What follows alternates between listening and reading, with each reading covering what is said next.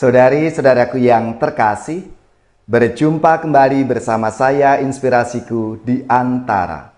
Renungan Harian Selasa 21 Januari. Hari ini kita bersama seluruh gereja Katolik memperingati Santa Agnes, perawan dan martir. Semoga kita bersama keluarga dan komunitas kita selalu dalam keadaan baik, tetap sehat dan bersemangat.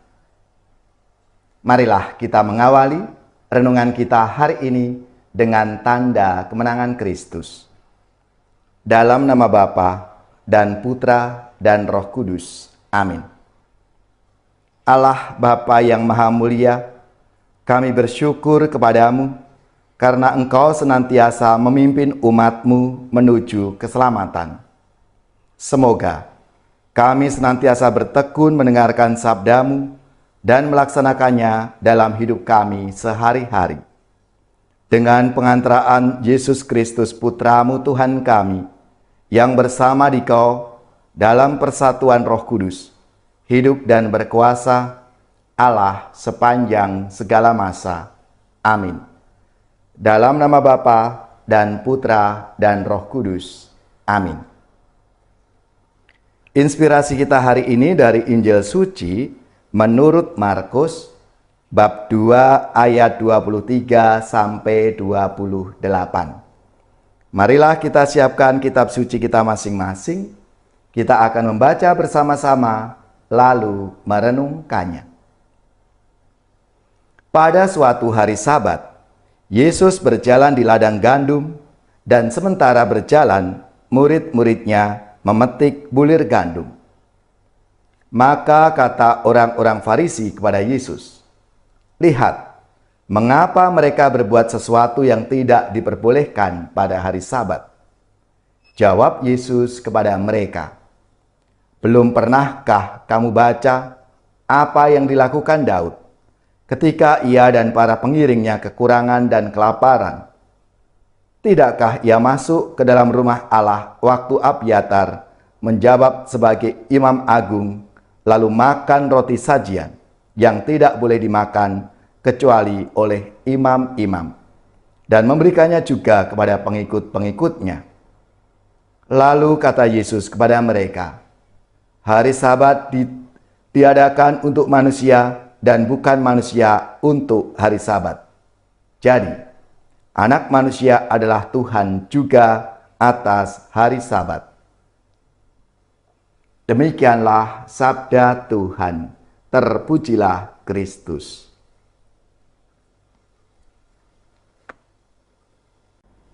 Saudari-saudaraku yang terkasih, dalam sabda Tuhan hari ini yang baru saja kita dengar bersama, orang-orang Farisi menuduh murid-murid Yesus melanggar Sabat. Yesus memecahkan masalah ini dengan merujuk pada kitab Perjanjian Ibrani, yang tentu saja diakui oleh orang-orang Farisi sebagai firman Allah. Yesus mengingatkan mereka bagaimana Raja Daud dan para pengikutnya, karena lapar, mereka masuk ke rumah Tuhan dan mengambil roti persembahan, meskipun hanya para imam yang boleh memakannya. Yesus kemudian memperkenalkan dua prinsip. Yang pertama, bahwa hari Sabat diadakan untuk manusia dan bukan manusia untuk hari Sabat. Dan prinsip yang kedua, bahwa Yesus adalah Tuhan atas hari Sabat itu. Saudari-saudaraku yang terkasih, prinsip yang pertama adalah prinsip yang sangat penting, yaitu bahwa semua hukum untuk kepentingan manusia, bukan sebaliknya. Hukum bukanlah tujuan pada dirinya sendiri, dan kesempurnaan moral bukan terletak pada ketaatan literalnya. Rasa lapar Daud dan para pengikutnya melampaui peraturan agama bahwa hanya para imam yang boleh makan roti persembahan itu. Bagi orang Yahudi pada zaman Yesus, kebajikan adalah ketaatan sempurna pada hukum. Sedangkan bagi Tuhan kita Yesus Kristus, ketaatan pada hukum hanya sempurna jika itu demi kebaikan dan keselamatan umat manusia. Maka yang penting yang diutamakan adalah kemanusiaan.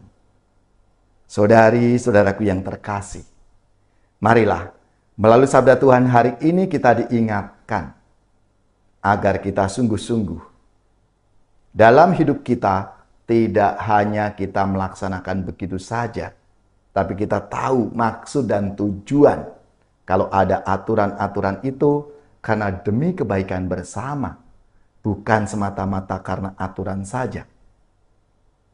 Semoga kita menjadi rahmat, menjadi berkat, menjadi saluran anugerah Tuhan untuk kita semua. Untuk mereka yang sungguh membutuhkan bantuan dari kita semua. Marilah, saudara-saudariku yang terkasih, kita mohon rahmat-Nya, supaya dalam setiap upaya untuk menata hidup bersama, kita selalu mengupayakan kebaikan bagi banyak orang.